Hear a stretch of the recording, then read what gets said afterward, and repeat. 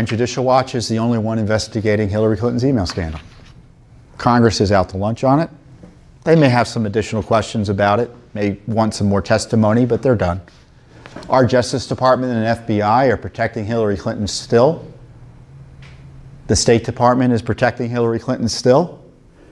But Judicial Watch hasn't given up. We're still asking for documents. We're still getting documents. We've showed additional instances of classified information on her server.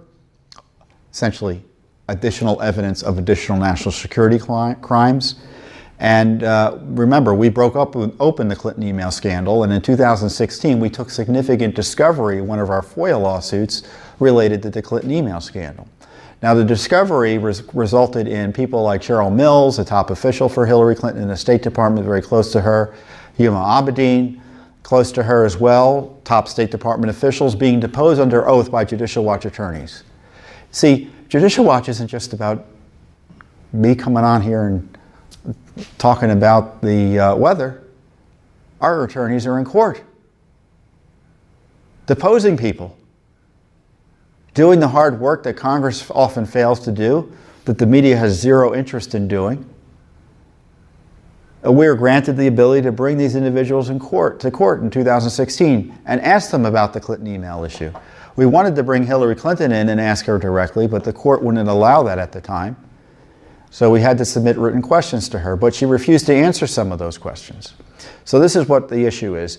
When we depose people, typically deponents, you have a court reporter there that provides a written transcript of what went on.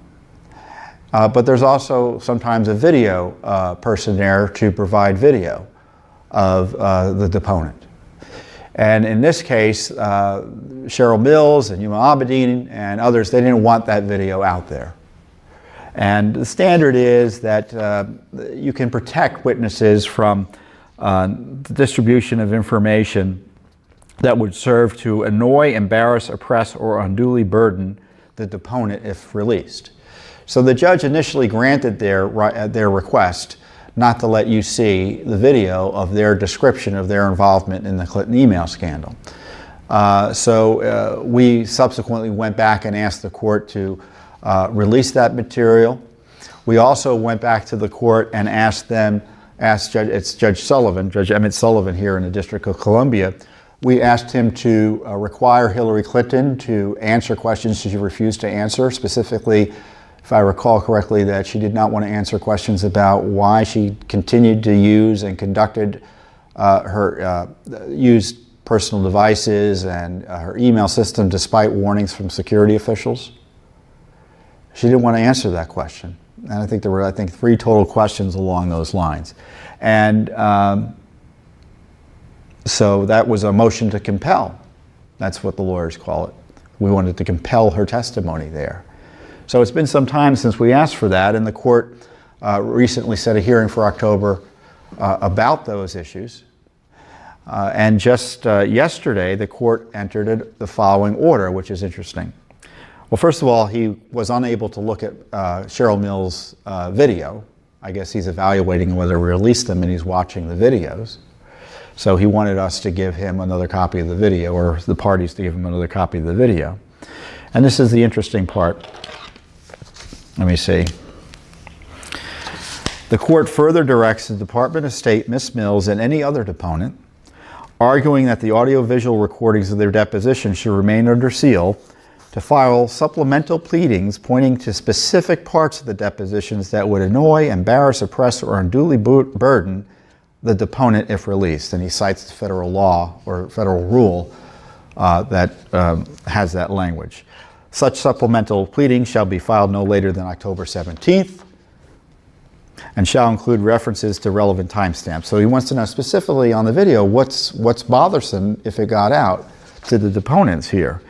And this is the other interesting thing. The Department of State should also clarify that whether it opposes unsealing all audiovisual deposition testimony or specific audiovisual depositions. Now recall, there's more than one deposition here at issue. And what's the position of the Department of State, the judge is asking.